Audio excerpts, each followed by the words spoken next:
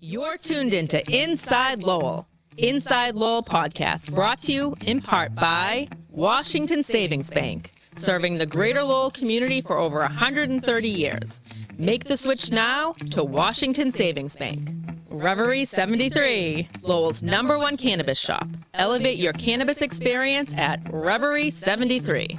Hafner's, heating and cooling homes and businesses for nearly a century. Hafner's, it kicks. And by Boston North Company, restaurant and retail solutions for your business. That's Boston North. And now, time for another Inside Lowell podcast. Inside Lowell.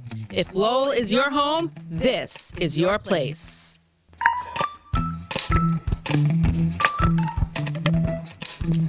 Alrighty, hello again, everybody, and welcome to another Inside Lowell podcast, the Inside View with Teddy Panos. And this morning, this afternoon, this evening, whenever you're watching this, we're recording it late in the morning, but whenever you watch it, as we like to say, we provide news, information, and entertainment on your schedule, not ours. So this morning, we're going to take an inside view of the Lowell Philharmonic Orchestra, one of the great and longest standing cultural organizations here in the Mill City and the greater Lowell area, and unfortunately, one that some people just don't know an awful lot about. Well, we're going to change that here on this podcast and at Inside Lowell. Want to thank everybody for joining us. I want to thank our sponsors for helping to make this podcast possible, all of our podcasts and all of Inside Lowell possible as well. You heard that big booming voice of Madame President Danielle McFadden thanking some of them. We'll thank them again during the show. And might as well introduce you to one of those sponsors, though. One of our partners here at Inside Lowell is our friends at the Lowell Philharmonic Orchestra, and they're joining us here in our studios today. Let's start ladies first, and I always like to go left to right anyway, but Bonnie McIsaac, the president of the Lowell Philharmonic Orchestra. Good morning, Bonnie. Welcome. Good morning. Thank you for having us today. Awesome to have you here. Thomas Kociela is the music director for the LPO. I'm going to abbreviate it now to LPO if that's okay. Welcome to you as well, Thomas. Thanks, Teddy. How long have you two been with the Lowell Philharmonic? Actually, about the same amount of time. You joined 2019. I joined 2019. Okay, so right before all hell broke loose in the world with and we had a lot of fun during that time, actually. Yeah. Timing is everything in life, as they say. But it looks like, I'll tell you what, it looks like you emerged in great shape, and here we are 3+ years later now, and you've been very, very active. You're about to put on, what is it, your third show of the year? Or third show of the year. It's our last show of the 2022-2023 season. We always end our season at Shed Park. Okay, and we're going to talk about the show because it's actually coming up this coming Sunday, June 25th. But before we do that, let's talk a little bit about the Lowell Philharmonic Orchestra. For those not familiar with it, what is it? What do you do, and how long have you been around? Well, the Lowell Philharmonic Orchestra is a community orchestra, meaning that we're all volunteers. And these are players that can play at a particular level. And I think we do fairly well. Mm-hmm. The Lowell Philharmonic Orchestra was originally founded in 1903. So we were here before the Lowell Memorial Auditorium. When the Lowell Memorial Auditorium was built in 1920 to 1923, we were one of the first groups to perform there. And just that.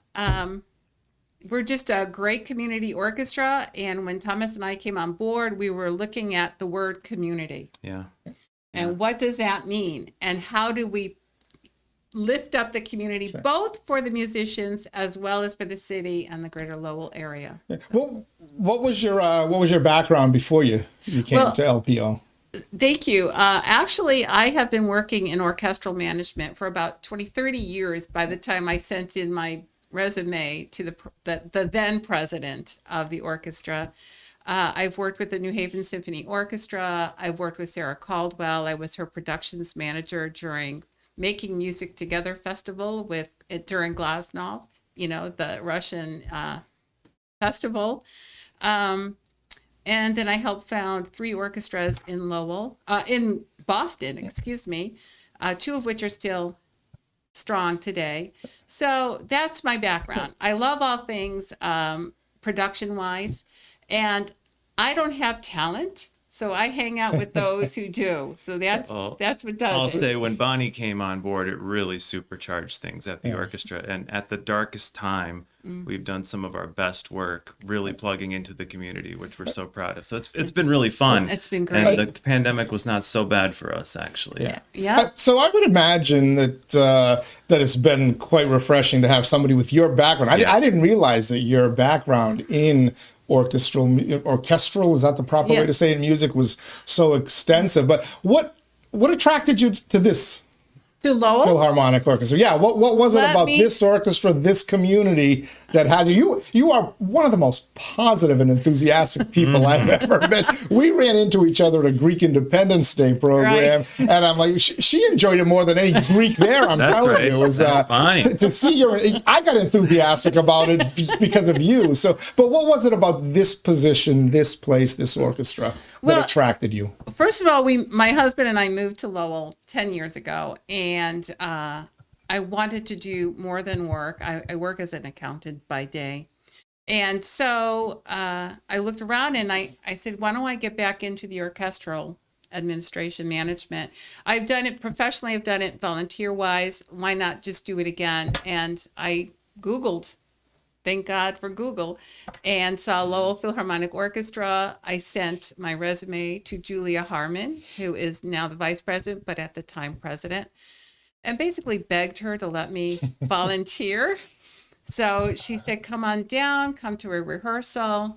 And they had a board meeting right then and there. And then Yeah, and Bonnie likes to dream big, and I like to think big, and so we have to kind of temper each other, and it's fantastic. It is. Like, here's the largest thing possible. Okay, what's practical? What can we make happen? It's a nice yin and yang. And it's been really great in that way. It's been fun. And one of the things, speaking of the pandemic, was right before the pandemic, Thomas and I and our production manager, Mark Mudgett, we were meeting with David Heller. And we were planning, and with John Dark and with David Heller, we were planning an outdoor concert at Electric Park. Wow. And so that was in full swing. I mean, we had the budget and everything. Yep. We had interest. We had, funding interest. So that was going on. So we had put together all of these relationships with the city organizations, including Lowell General, including the Lowell Sun, and all these folks. And then COVID happened. Yeah. But then our interest and our energy went to the essential workers, frankly, at that time. Yes. And that really kept us going. It Putting did. together a special for them. Thomas put together this incredible, I don't know what to call it. It's A virtual concert. A virtual concert. Yeah. And we had David Heller. We had Eileen from Donahue. Trahan. We had Lori Trahan. You're right. We had everybody be a part of our virtual. Just to say thank you at the time. Yeah, to the workers, to the hospital workers, and we got our musicians together, and that was really wild, right? That was wild. How could you do it? Just instant So math. tell them. We had them send in their solo pieces, and he had to stitch them all together. 50 on the screen. You know what? I remember that. Didn't we talk about this at some point during my radio? I'm sure we did. Right, Yeah, it sounds really familiar. By the way, you two, I'm watching you two play off each other. I don't really need to be here. You two need to do a podcast about music. Well, we kind of had a podcast, but we're the only ones who saw it. Well, we'll change that in Inside Lowell. 3 hours every Monday.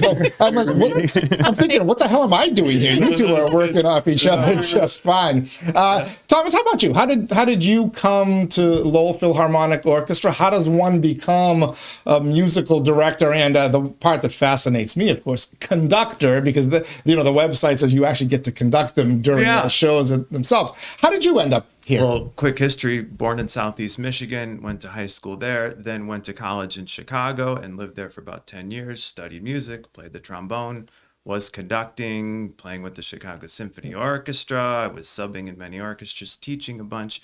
I get married, go to Southern California.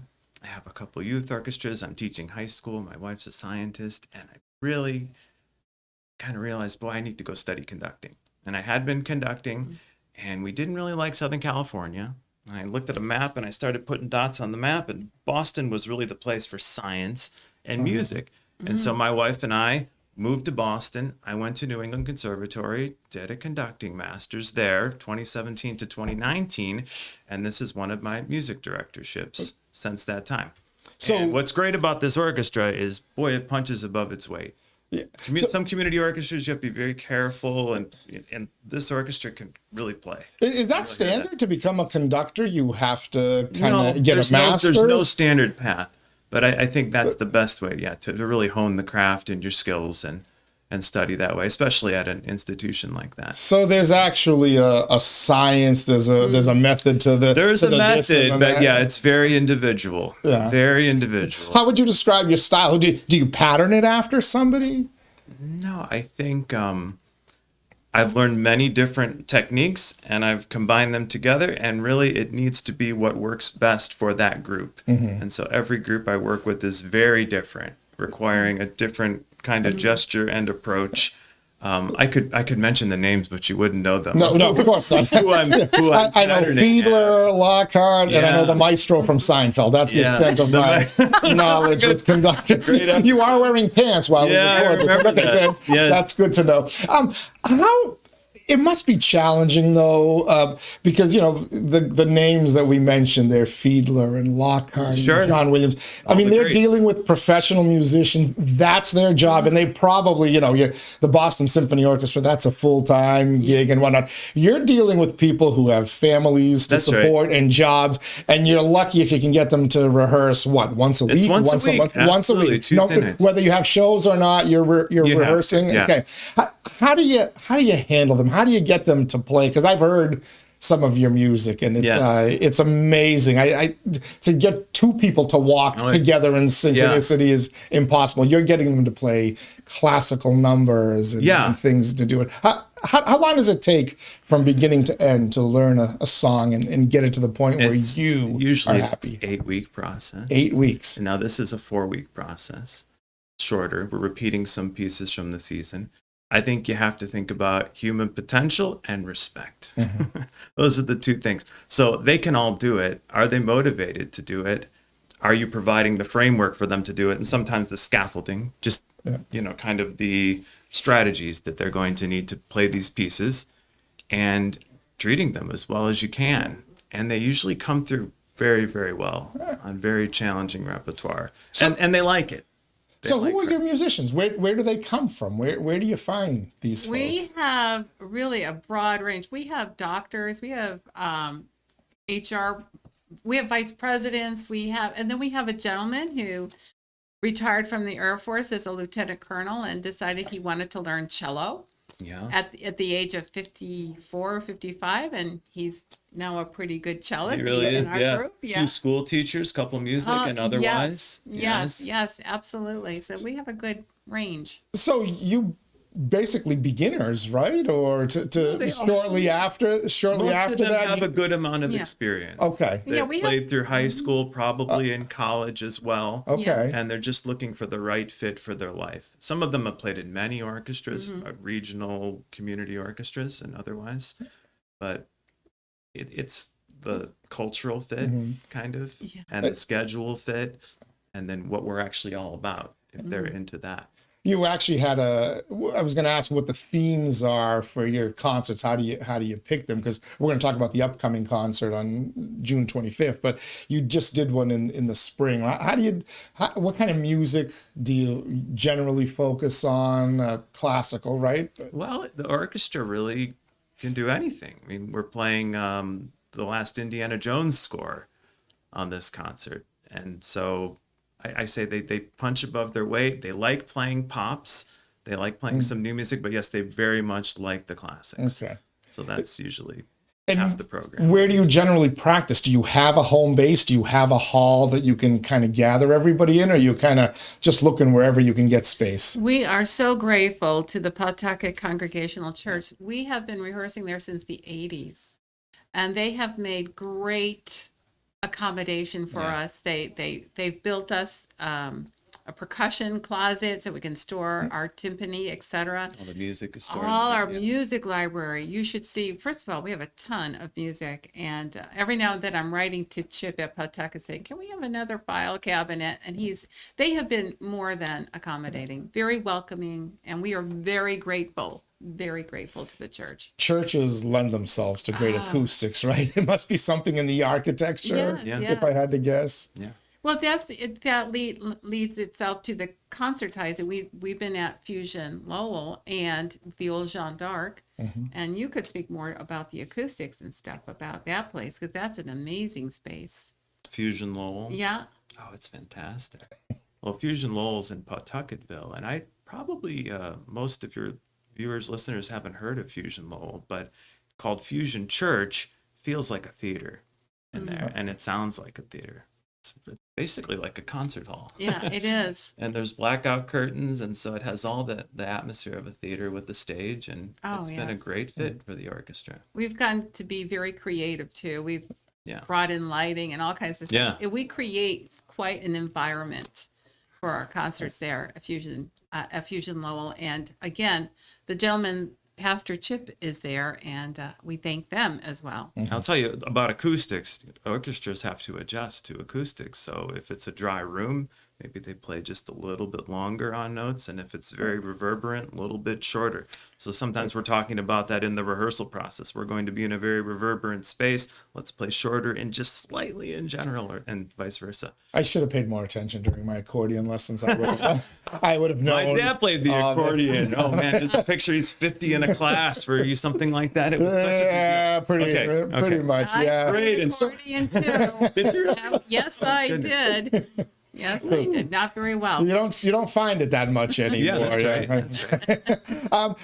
Let's talk a little bit about the funding component of, because all this is great, and you've got, it's great to have the church, helping out, but it costs money to put on any kind of production. Obviously, you guys aren't, we're not talking the millions of dollars of the Boston Pops and whatnot, but you need support from people. Yeah. Who are your biggest benefactors right now? I have to say, from the city of Lowell, I must thank Nancy Donahue foremost. She supports us, she and her staff.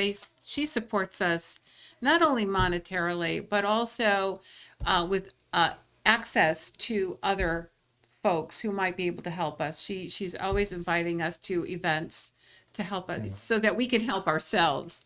And also, there's no bigger supporter of the arts in Greater Lowell. She was in the than front Nancy row Donahue. last year at Shed Park. I last year remember. she came to the art. We had the Cambodian community there, and she was front row, like you said, and she gave us a really generous gift that day too. Yes, she really enjoyed it. That was great. It was great. And then we also have, of course, we're very grateful to the Lowell Cultural Council, and they're generous.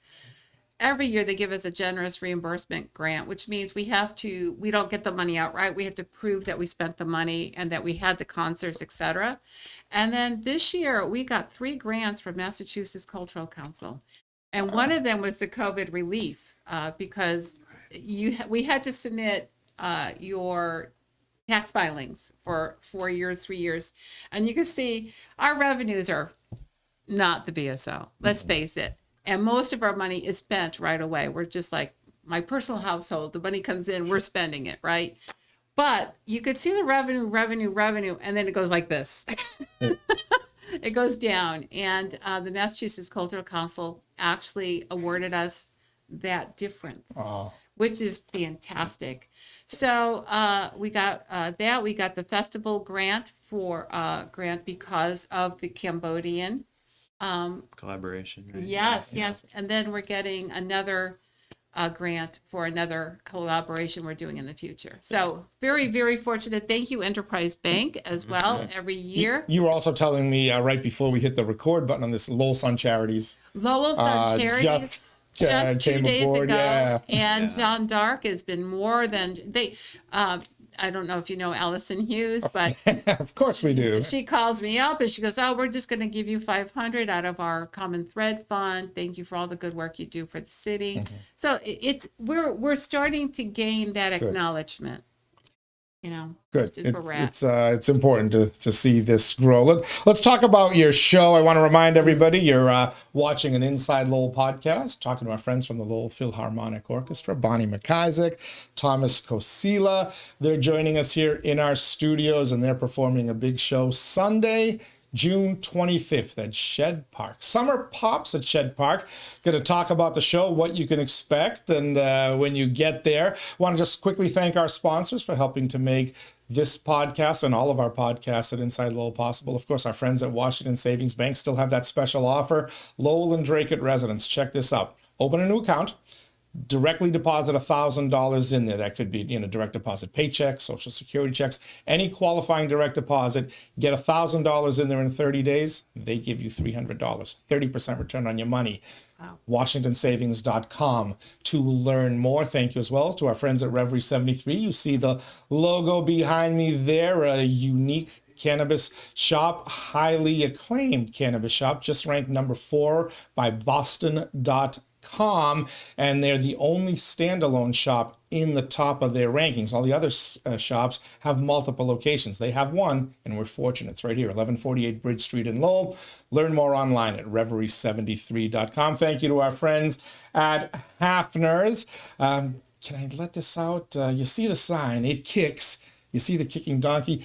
Tonight, on Thursday, June 22nd, they are launching their It Kicks Foundation. We'll tell you more about that in the coming days, months, and hopefully years ahead here at Inside Lowell. But thank you to our friends at Hoffner's, fueling up your vehicles, heating and cooling your homes all throughout the summer as well. Hafners.com to learn more. And last but certainly not least, thank you to our friends at Boston North Company Retail and Restaurant Solutions for all businesses. They're located right here, locally owned, locally operated, Lowell roots. Their offices are in Westford, but they provide all sorts of services, and they have a brand new phone system that they have debuted. Takes a lot of the worry, a lot of the stress out of your business. Check them out online, bostonnorthcompany.com. We turn back to Bonnie and Thomas, by the way, also supporters of Inside Lowell. So thank you very much to you folks. We look forward to growing along with you. Let's talk about the Summer Pops at Shed Park. You let it slip that this is an annual show, right? That's right. Yes. How many years have you been doing the Summer Pops? Oh my gosh. I don't know. Yeah. Decades. Who knows? I think. Decades. Yeah, it's been going on Since last century. So you do it at the, well, you have been around for 120 years. So you do this at the pavilion? That's right. At Shed Park? Yeah. Just from the musical component of it, like the outside acoustics versus we were talking about halls and churches. How does the outside it's venue challenging, change but it's it? covered. And that just seems to work very well. Mm-hmm. It's a nice acoustic under there. Yeah. It's very comfortable. We can hold maybe 150, 200 audience members. And the orchestra is very comfortable. Awesome. What time's the show? It's at 2:00 2 o'clock? till about 4:30. It's a full concert. We do the whole 9 yards. I think of it as the warm-up for 4th of July. Yeah, very A good. little bit of patriotic pops in there. We have Gershwin, we've got Copland, so you've got your American composers covered. And then our big partnership With the Hellenic American Academy. You're I've tugging talked at to you my about. heartstrings I over know, here. I know. and that's a pre-K through 6th school, and we have 5th and 6th graders from the school coming to dance with us. All right. So what Greek numbers have you learned for them? Oh, that's really interesting. So there's a piece called "I Will Tell You 7 Songs," and Kalamatianos. That's the traditional. The traditional dance. Yeah, that's marriage. the circle line dance that Yeah, everybody boy. tries to learn and fails. And it's very difficult for the orchestra. Is it Yeah, 1, 2? yeah, it's a real. One, two, three. What do they call 1, 2, that? The 1, 2. 6/8 or 7/8. 7/8. Oh, you're yeah. good. Yeah. Yeah, It's a again, mixed meter, and they are accordion pulling it up. player who It's very grew up- impressive, but yeah, melodically and rhythmically, that Yeah. is a very tricky piece. Yeah. And then we have Zorba's dance. from Ah, the yes, movie Zorba the Greek, of and that course. starts slow and speeds Yep. up, and it kind of falls over at the end. Sounds like an awful lot of fun, actually, Yeah, it right? really for, is. for the audience. How about for the performers? Did they get a kick out of Well, learning these It's numbers? I would something imagine new. most of them didn't know them, right? that's right. I didn't either. But actually, there'll be some pieces from the season. I spoke to some orchestra members. What do you like? What would you like to play again? Again, we only have 4 weeks, not our typical 8. So there's Die Fledermaus Overture by Strauss, and there's Indiana Jones and the Kingdom of the Crystal Skull, because this 30th of this month is the last Indiana Jones film coming out. So we want to acknowledge that. Timely pop culture as well. That's right. Love it. Perfect. So you're going to perform for 2.5 hours? It will Well, be there's an under inter- 2. Yeah, It'll be under 2. There's an intermission You do, too. okay. By 4 p.m. we'll be cleared out. We make it very engaging. That's for sure. We have a lot of parts to our Shed Park concert. Sounds like a ton of fun. I haven't seen the long range weather forecast. I think it's good, but if some rain becomes an issue, weather becomes an issue, do you have backup plans? Here's the plan, Teddy. Bring an umbrella. Thanks for asking. So every day it's been changing. At this point, I no longer look at when it's raining. I'm now looking at how much it's going to rain. And so far it's like 0.2 inches. More of a drizzle. Okay. And there will be a heavier drizzle at some point. It is covered. It is a covered, and it's rain or shine. We have about 50 chairs available for the audience, but we do encourage them to bring their own chair just in case. And it's still a wonderful event. Rain or shine. Rain or shine, be there or be square. Rain or shine, the music is great. And the Greek kids, the Greek dancing with the students. Oh, it's going to be perfect. It'll be It's cute. going to be perfect. Yeah, I've seen them perform at their various things. The graduation just a week ago, as a matter of fact. Yeah. And, it's a cool opportunity. I just want to give a shout out to Maria Burras. She's fantastic. She's just fantastic. Works her And tail off. she That used to be sure my does. mother's role at the school when she taught there. She used to organize all the performances. Yeah. Yeah, she's on top of it, I'll tell you. Yeah, she made it happen really fast. yeah. We had a meeting, and right away we had Boom, music, and done. we had it arranged, and here are the kids, Of and course, here we go. she's in Greece this week, and Egypt, and everywhere else she's going this week. So if folks want to learn more about the show, Sunday, June 25th, Summer Pops at Shed Park, if they want to learn more about the orchestra, all of your performances, and most importantly, how they can help, how they can be a part of this great cultural institution. Great. So our website is lowellphilharmonic.org. And of course, we have a Facebook presence as well, where we're always posting stuff. So please check out our Facebook page. I love to post photos of our rehearsals, because that's where I get really excited, because I see where we're going. Tuesday night is rehearsal night. I've learned that. Right. It must be Tuesday. That's how I always start the post. But it's awesome. It's really great. And of course, we're always looking for volunteers. We're always looking for donations are always greatly appreciated. So. And what if I'm an aspiring musician? What if I actually had some skill at an instrument besides the accordion? How Contact us. reach out to you Yes, happens all directly, the and time. I'd say one a week, couple a week. We hear from musicians who want to join or are interested. what's the process? Do you put them through an audition? Is there No, they some come type in of and we- apprenticeship program where we they can see if learn it's a and good grow? fit for them. They come in and play, and we have an honest conversation about if it's a good fit. You would have told me no, right? But You would have been honest. You would have been honest. the with me. accordion? You wouldn't have struck me a line. You know any polkas still, or any Greek? You have any tunes in I you still? I was never very We good can at get it. these arranged. and My feature you neighbors as were a very soloist. happy when I quit. I can tell you that much. So one more time, the website. www.lowellphilharmonic.org. All right, and check them out on Facebook, and of course we'll do our best to get the word out there as well at Inside Lowell. But Bonnie McIsaac, Thomas Kociela, thank you very much, A, for joining me, but B, for what you do. I think to have something like this, a symphony orchestra, the Lowell Philharmonic Orchestra, very important Thank to you. our community. And let's talk after I hit the stop record button, because I like your idea about LeLatcher Park. And we do fireworks every year. I know this year they had to move them, but if I don't want to drive to Boston and fight that crowd. Right. What if we do something like that locally? I'm totally into it. Let's talk. Totally. Mike? Can I mention one thing? Most exciting thing for Bonnie and I is when we have someone who comes up, it's either intermission or afterwards, they say, I've never been to an orchestra concert. I've heard this music, but I cannot believe what I just experienced. And this is usually the story. So it's not just for the regulars. Yeah. Well, because I think people don't even realize when you're watching any classic movie, like you mentioned Indiana Jones, but think like Star Wars. Yeah. Right. Any Symphony classic orchestra. movie has some kind of symphony orchestra Absolutely. score underneath Right. it. Yeah. So you know the songs anyway. Yeah. You just don't Being realize there you do. live is just such an experience. So bring your family, tell your neighbor. Bring the please. kids, get the Yeah. kids into We love music. that. Yes. Yeah. Yeah. It also helps them academically, by the way. There's a direct does. correlation between music and math achievement. Yes, it's that true. much I've learned. It's true. So even for me, and I was dummy. So thank you again, Bonnie, Teddy. Thomas. Thank Thank all of you for joining us as well here on Inside Lowell. I hope you learned a little bit more about the Lowell Philharmonic Orchestra. More importantly, I hope you check out their show on Sunday, June 25th. I hope you check out all of their shows, a couple a year, but it's a great organization. Till next time, everybody stay safe out there, and we'll catch you again at Inside Lowell. As we like to say, if Lowell is your home, Inside Lowell is your place.